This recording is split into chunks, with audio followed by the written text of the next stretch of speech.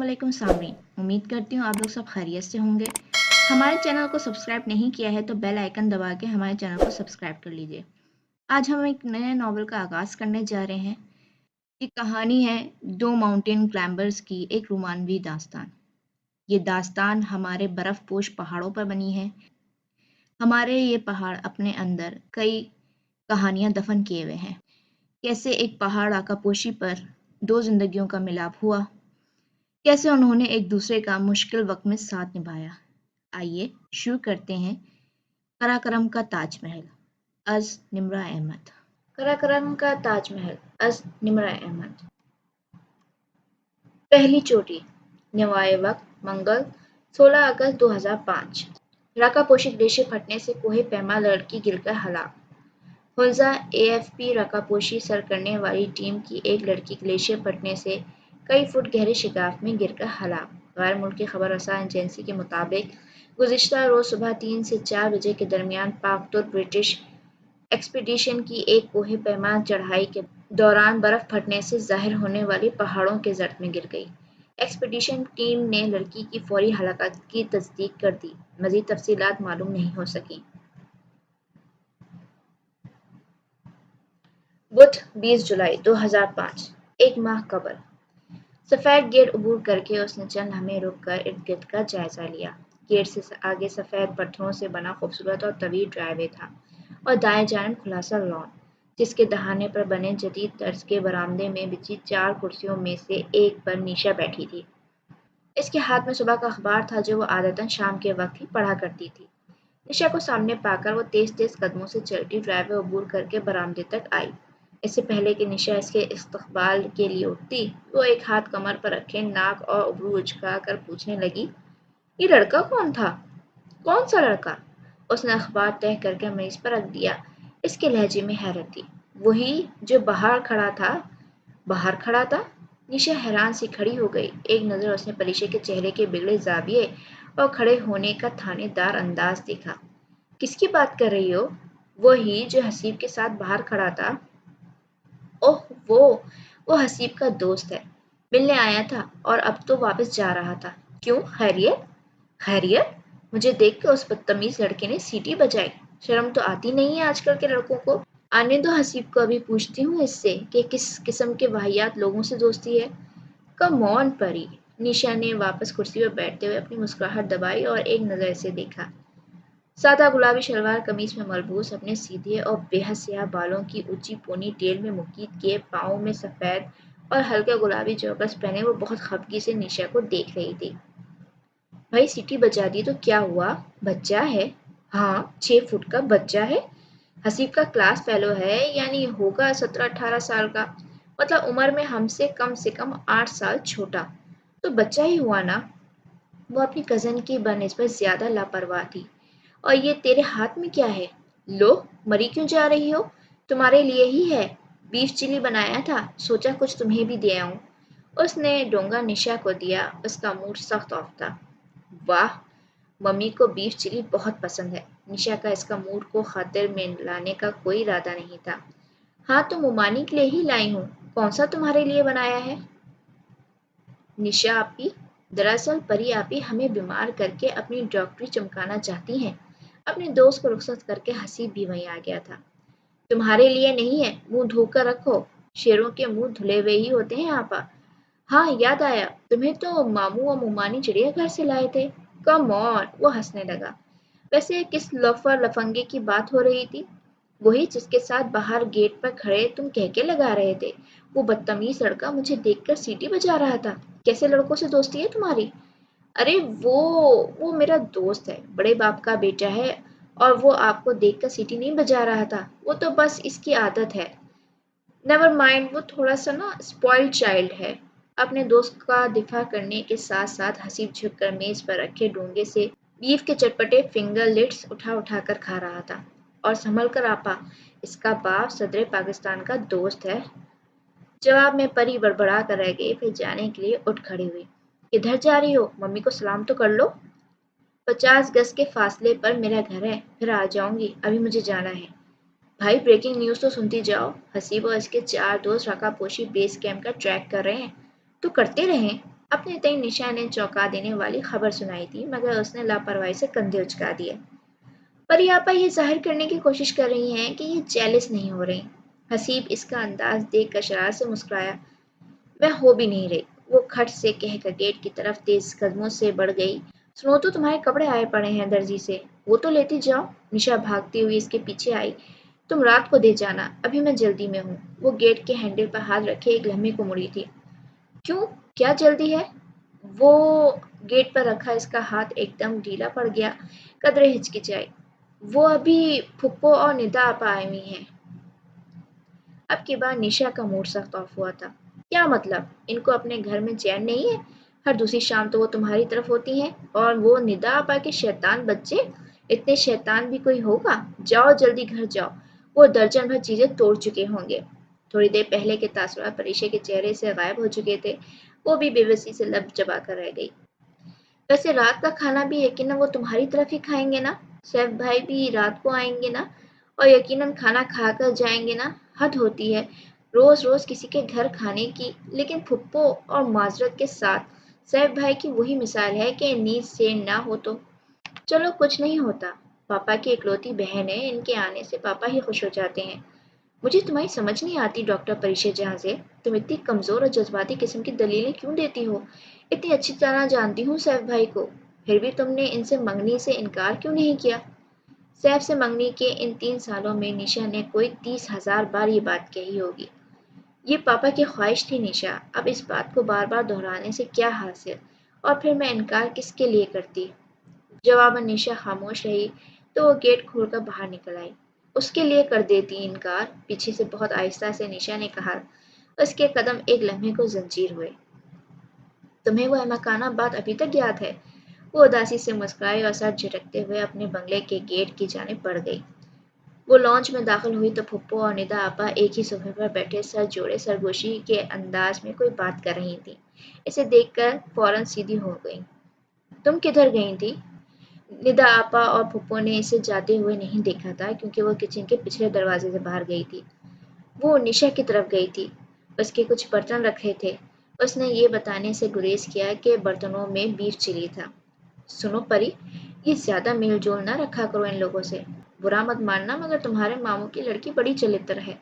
माँ भी ऐसी ही है इसकी। देखने से इनसे मासूम कोई नहीं लगता, जबकि अंदर से पूरी है। और वो निशा तो जब भी बात हो सीधे मुंह बात ही नहीं करती। निशा और मुमानी के मुतालिक तो ऐसी गुफ्तगू कभी नहीं सुनती, अगर वो इसके ससुराल वाले नहीं होते। जी मैं ज़रा चाय ले आऊं, वो आहिस्तगी से कहकर किचन में चले गई। वहीद मुलाजिम ट्रॉली सेट कर रहा था। वो ट्रॉली को देखती रही। इसके जहन में ख्यालात का हजूम था। वो जानती थी कि फुप्पो निशा और मुमानी के मुतालिक ऐसी गुफ्तगू क्यों करती हैं।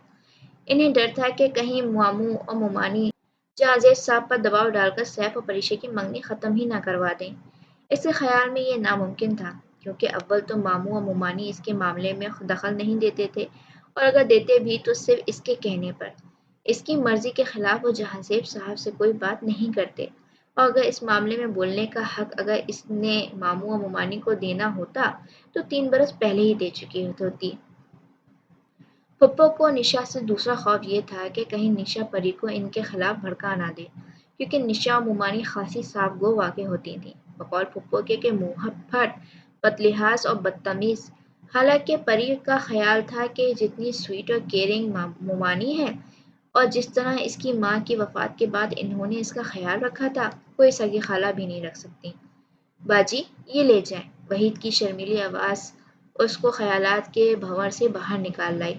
उसने कदरे चौंक कर ऐसे देखा और सर झटकते हुए ट्रॉली थाम ली।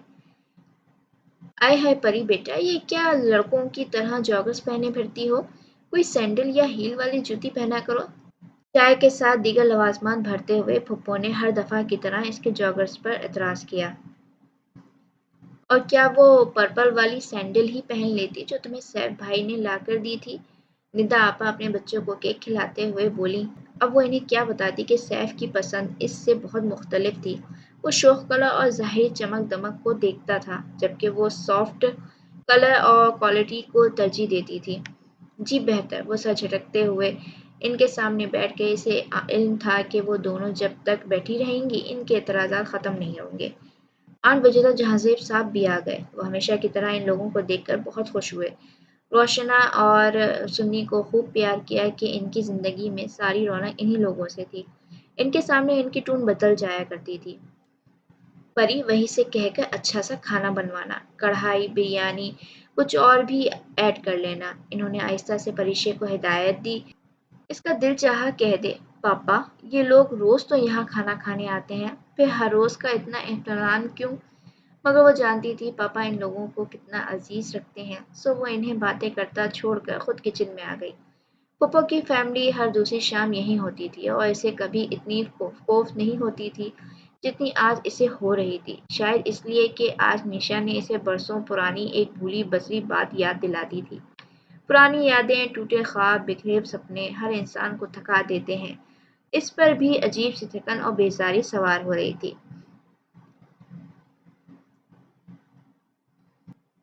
ماما میں یہ کھا لوں؟ 9 سالہ روشان نے فریج کھول کر اس میں سے پینٹ بٹر کا جار نکال کر دور سے ماں کو آواز دی۔ ہاں بیٹا کھا لو، تمہاری نانا کا گھر ہے، ندا آپا نے لاپرواہی سے کہا، اور وہ جس نے ملائشی چکن بنانے کے لیے اتنا بڑا جار منگوایا تھا بے بسی سے مٹھیاں بھیج کر رہ گئی۔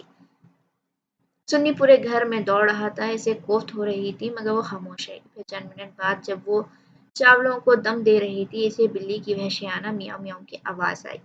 یا اللہ! اس نے گھبرا کر کف گیر میز پر رکھا اور بھاگتی ہوئی کچن سے باہر نکلی۔ باہر زمین پر اس کی پالتو بلی کو روشنا نے پکڑ رکھا تھا اور سنی اس کی دم کو ماچس کی تیلی سے آگ لگا رہا تھا۔ بلی تڑپتی ہوئی چیخ رہی تھی۔ ہٹو تم دونوں!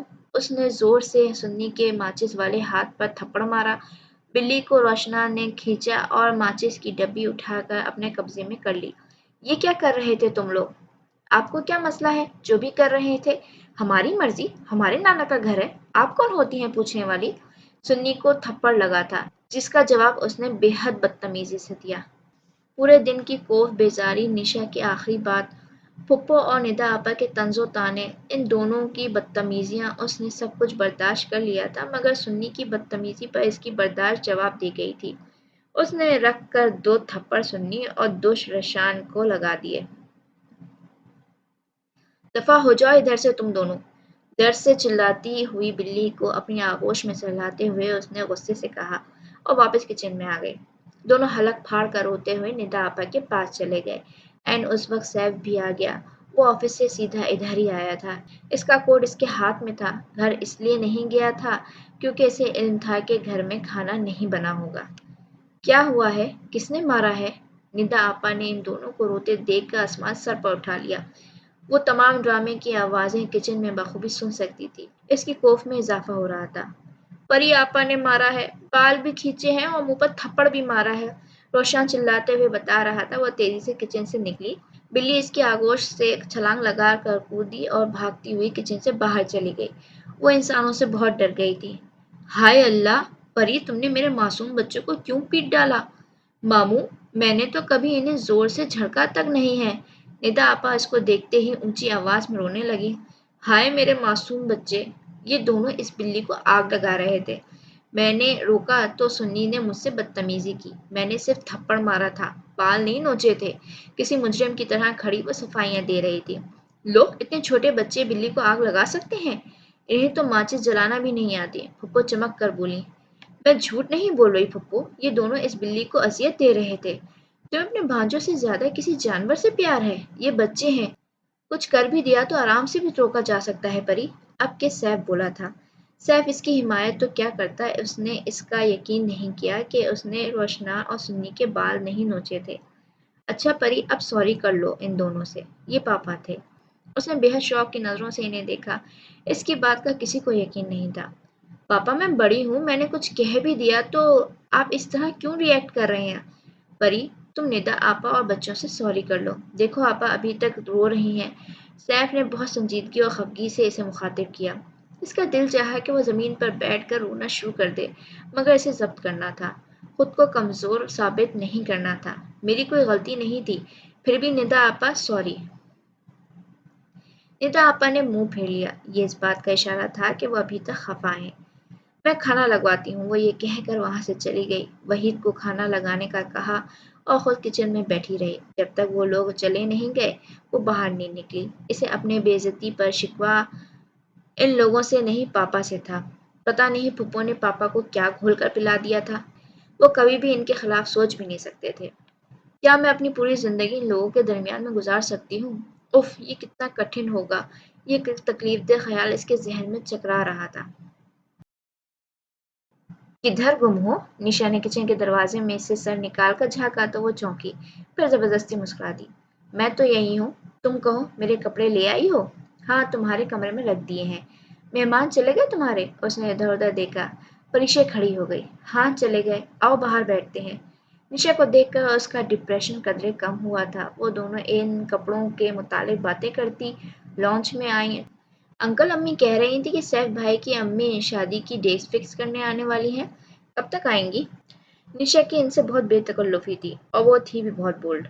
हर बात बिला झिझक पूछ लिया करती थी। इसे मालूम था कि आज पप्पो इसलिए आई थी, फिर भी उसने पूछा। परीक्षा के लबों पर मुस्कुराहट बिखर गई। बेटा, डेट तो तकरीबन फिक्स ही हो गई है। ईद नवंबर के पहले हफ्ते में आ रही है, तो हम ये सोच रहे थे कि ईद के तीसरे दिन मेहंदी रख लेंगे। वो खुश दिली से बता रहे थे। इसको अपनी गर्दन के गिर्द फंदा तंग होता महसूस हो रहा था। एकदम कमरे में घुटन इतनी बढ़ गई कि इसका सांस रुकने लगा। निशा अचानक इसे कुछ याद आया। हसीब और इसके दोस्त हुंजा जा रहे हैं ना? तुमने आज कुछ बताया था। हाँ, वो राकापोशी बेस कैंप का ट्रैक कर रहे हैं। कौन कहाँ जा रहा है? इनकी सरगोशियाँ वो ठीक से सुन नहीं सके थे। पापा, वो निशा की एक कज़न की अपनी टूर कंपनी है मरी में। निशा ने इनसे नॉर्दर्न एरियाज के टूर का पता किया था। वो कह रहे थे कि जल्द ही इनका कोई टूर जाएगा नॉर्दर्न एरिया। तो पापा, मैं निशा के साथ चली जाऊं, बस 3-4 दिन के लिए? मगर निदा तो हफ्ते भर के लिए मैके तुम्हारी वजह से आई है। इसकी नंद का कोई मसला था तो इसकी सास और शौहर चंद दिनों के लिए सियालकोट गए हैं। वो अगला पूरा हफ्ता इधर आ गई कि तुम्हारे साथ मिलकर शादी की शॉपिंग कर लेगी। वो सोच रही थी कि चंद दिनों तक किसी दूर दराज पुरफिजा मुकाम पर चली जाए, मगर जैसे ही पापा ने निदा आपा के एक हफ्ते की छुट्टी का बताया, उसने पक्का इरादा कर लिया कि वो जल्द ही इस्लामाबाद से पूरे हफ्ते के लिए गायब हो जाएगी। वो किसी के साथ भी शॉपिंग कर सकती थी, मगर निदा आपा के साथ नहीं। अच्छा, मगर किस जगह जाना चाहती हो तुम? वो नीम रजामंद थे। वो जवाबन कहना चाहती थी कि हुंजा, गिलगित, स्कर्दू, मगर इसे मालूम था कि इन इलाकों का नाम सुनकर पापा सख्ती से इनकार कर देंगे। पेशावर, सवात, कलाम, इसी साइड जाएंगे। उसने सवात का जिक्र इसलिए किया कि वहाँ कोई 2500 फुट बुलंद पहाड़ नहीं था, और ये सबसे बड़ी वजह थी कि पापा ने अगले ही लम्हे इसे इजाज़त दे दी। उसने बेख्तियार एक चौर निगाह अपने बाएं कंधे पर डाली। सिर्फ इस कंधे की वजह से वो स्कर्दू साइड पर हनालिया और कराकरम के पहाड़ों पर नहीं जा सकती थी। जहाज़ेब साहब उठकर अंदर चले गए तो निशा तेजी से इसकी तरफ मुड़ी। मैंने कब पता किया था रोजार भाई की टूर कंपनी से? नहीं किया तो अब कर लेना। उसने लापरवाही से शाने उचका दिए। निदा आपा की मांग फैमिली आमद की बाईस चंद लम्हे पहले तक उसके सर में जो दर्द की टीसें उठ रही थी वो अब गायब हो चुकी थी। तुम इस्लामाबाद की किसी टूर कंपनी का नाम नहीं ले सकती थी। अब ख्वाह झूठ को सच साबित करने मरी जाना पड़ेगा। और अगर तुम्हें इतना ही शौक हो रहा है सैर सपाटे का, तो हसीब और इसके फ्रेंड्स के साथ राकापोशी चले जाते हैं, जिसकी इजाज़त पापा मुझे कभी नहीं देंगे। और हसीब के दोस्त? उसकी निगाहों के सामने शाम वाला वो लड़का आ गया जिसने इसे देखकर बेअख्तियार सीटी बजाई थी। उसने तनफ्फुर से सर झटक दिया। मैं हसीब के दोस्तों का सर फाड़ सकती हूँ। इनके साथ 4 दिन पैदल राकापोशी का ट्रैक नहीं कर सकती। इसको वो लड़का बहुत ही बुरा लगा था। निशा खामोश हो गई। निशा के जाने के बाद वो अपने कमरे में आ गई। इसके कमरे की तरतीब ऐसी थी कि दरवाज़ा खुलते ही सामने पलंग पर नजर आता था, जिसके सिरहाने दीवार पर तिमाज ह्यूमर का बहुत बड़ा चिस्पा था। कमरे की बाकी 3 दीवारों में से 2 पर मेमरिस और चंद जापानी कोहे पैमाओं की आवेज़ा थीं। इन तस्वीरों को देखते ही एक उदास मुस्कान ने इसके लबों का अहाता कर लिया। परिशद जहांज़ेब, जिसके नाम का आखिरी हिस्सा शय हटाकर सब इसे परी कहा करते थे, बचपन से ही एक आइडियलिस्टिक थी। वो उन लोगों में से थी जिनके लिए कुछ भी नामुमकिन नहीं होता। جنہیں چیلنج کا سامنا کرنے میں مزہ آتا ہے۔ سیف سے منگنی سے پہلے تک وہ واقعی پرجوش تھی، مگر ان 4 برسوں میں بہت کچھ بدلا تھا۔ اس کو بچپن سے پہاڑ سر کرنے کا بہت شوق تھا۔ وہ اپنے پاپا اور ممی کی اکلوتی اولاد ہونے کے باعث خاصی لاڈلی تھی۔ ان کے لاڈ پیار نے اس کو بگاڑا نہیں، بلکہ بہت بہادر، مضبوط اور پر اعتماد بنا دیا تھا۔ اس کو مما کو اس کا کوہ پیمائی کا شوق بہت عزیز تھا، اور یہ سب سے بڑی وجہ تھی کہ جس کے باعث مما اس کو 1995 میں اپنے ساتھ انگلینڈ لے گئی تھی۔ پاپا ان کی وجہ سے اپنے بزنس بھی ادھر ہی منتقل کر دیے تھے، مگر وہ لندن میں ہوتے تھے اور مما اور پریشے لیک ڈسٹرکٹ میں۔ وہ 4 برس لیک ڈسٹرکٹ میں رہی، وہاں اس نے بہت کچھ سیکھا۔ اس دوران وہ صرف ایک دفعہ پاکستان آئی تھی، وہ بھی سردیوں کی چھٹیوں میں۔ گرمیوں کی چھٹیاں وہ کہاں گزارتی تھی؟ وہ ایک ٹین ایج سیکرٹ تھا، جس کی بھنک اگر پاپا کو پڑ جاتی تو وہ بہت خفا ہوتے۔ البتہ ممی جانتی تھی۔ دونوں بار اسے اپنے سے 8-9 سال بڑا سیف الملوک بہت برا لگتا تھا۔ وہ اس سے بہت لاڈ اٹھاتا تھا اور اسے عجیب نگاہوں سے تکتا تھا۔ اسے اس کی نگاہیں اچھی لگتی تھیں نہ ہی بری۔ اس نے ایک دو دفعہ پریشے سے جب یہ کہا تم بہت خوبصورت ہو تو اس نے سیف کو بری طرح جھڑک دیا۔ 6 سال پہلے کی زندگی کسی حد تک بدل گئی جب مما کی وفات ہو گئی اور پھپھو کے بے حد اصرار پر پاپا اسے اسلام آباد لے آئے۔ تب پہلی دفعہ اسے احساس ہوا تھا ماں اس کی کیسے بڑی مضبوط ڈھال تھی، جس کے نہ ہونے سے پاپا پر اور لوگوں نے قبضہ کر لیا۔ وہ بزنس پڑھنا چاہتی تھی، مگر پھپھو نے پاپا کو مجبور کیا کہ وہ پریشے کو ڈاکٹر بنائے۔ یوں اس کا 1 سال ضائع ہو گیا، مگر وہ میڈیکل میں پہنچ ہی گئی۔ پھر 2021 کی جولائی میں کچھ ایسا ہوا کہ اس کا کوہ پیمائی کا کیریئر ختم ہو گیا۔ سپائنٹک کے ناقابل فراموش حادثے کے بعد پاپا نے اس کو کوہ پیمائی پر پابندی لگا دی، تو اس نے خاموشی سے ان کا فیصلہ مان لیا۔ اگلے سال پاپا نے اسے بتایا کہ انہوں نے اس کا رشتہ سیف سے طے کر دیا۔ اسے کوئی اعتراض تو نہیں، تب بھی اس نے خاموشی سے سر جھٹک دیا۔ ہاں، تب اس نے ایک دفعہ اس کے متعلق ضرور سوچا تھا، جس کا اسے برسوں سے انتظار تھا۔ لیک ڈسٹرکٹ جانے سے پہلے وہ ایک خوابوں میں رہنے والی کم عمر لاپرواسی لڑکی تھی، جس کے آئیڈیلزم نے اسے ایک زندگی بھر پھانس کی طرح چبھنے والا خواب دیا تھا۔ ایک اجنبی کا خواب جس کا انتظار ہر لڑکی کرتی ہے۔ اس نے برسوں پہلے نشا کو بتایا تھا، تمہیں یاد ہے ہم فیری ٹیلز میں پرستان کی ایک پری کا قصہ پڑھا کرتے تھے، جس کو ظالم دیو نے قید کر رکھا تھا، اور پھر اس کی رہائی کے لیے ایک شہزادہ آیا تھا، سفید گھوڑے پر سوار، بھورے بالوں اور شہد رنگ آنکھوں والا گھوڑے سوار۔ وہ دیس دیس کی خاک چھانتا پرستان کی خوبصورت وادیوں کے قصے سن کر اس طرف آ نکلا۔ پری کی قید کا سنا تو وہ بہادر شہزادہ اسے ظالم دیو کی قید سے چھڑا کر خوبصورت وادیوں، چشموں اور پہاڑوں میں اپنے ہمراہ لے گیا، اور پھر دونوں ہنسی خوشی رہنے لگے۔ اس نے گہری سانس بھر کر نشا کو دیکھا تھا۔ کاش میرے لیے بھی ایک ایسا ہی شخص آئے، شہزادوں کی سی آن بان رکھنے والا، بہادر، مضبوط، جو ظاہریت کے پجاریوں جیسا نہ ہو۔ یہ کوئی کچی عمر کا سپنا نہیں تھا، ایک امید تھی، ایک وجدان تھا کہ کوئی ہے جسے اس کے لیے تخلیق کیا گیا ہے، وہی جو دیس دیس کی خاک چھانتا کسی اور اس کے پرستان میں آ نکلے گا، جس کو دیکھ کر اس کا دل کہے گا کہ ہاں، ظالم دیو کی قید میں موجود اس پری نے صدیوں اسی کا انتظار کیا تھا۔ ہاں، یہی تو ہے جس سے اس نے روح سے وجود میں آنے سے قبل عشق کیا تھا، جو اس کی ذات کا ٹوٹ کر بکھرنے والا ایک گمشدہ حصہ تھا۔ اور ہاں، وہ یہ بھی تو کہتی تھی کہ اگر میں پریوں کی ہی طرح حسین ہوں تو یوں ہی کسی سے شادی نہیں کروں گی، بلکہ وہ جیسے پریاں اور شہزادیاں شرائط رکھا کرتی تھی نا، 7 سوالوں کی شرط، سامری جادوگر کے منکے کی شرط، ویسے ہی شرط رکھوں گی۔ تو نشا نے بے حد تجسس سے پوچھا تھا کہ کیسی شرط؟ تب وہ کھلکھلا کر بولی تھی، میں صرف اس کا ہاتھ تھاموں گی جو میرے لیے دنیا کا سب سے خوبصورت پہاڑ راکا پوشی سر کرے گا۔ کتنے ہی برس گزرتے گئے، وہ خوابوں کا شہزادہ نہ آیا، یہاں تک کہ وہ تمام خواب پریشے کو بچکانے اور احمقانہ لگنے لگے، اور وہ اب نشا کے ساتھ ان پر خوب ہنستی تھی۔ پھر سیف سے منگنی کے بعد اس نے ہنسنا بھی چھوڑ دیا۔ آج اتنے عرصے بعد نشا نے اسے وہ بات یاد دلائی تھی، وہ احمقانہ اور بچکانہ بات۔ ہاں وہ بچگانہ خواب ہی تو تھے۔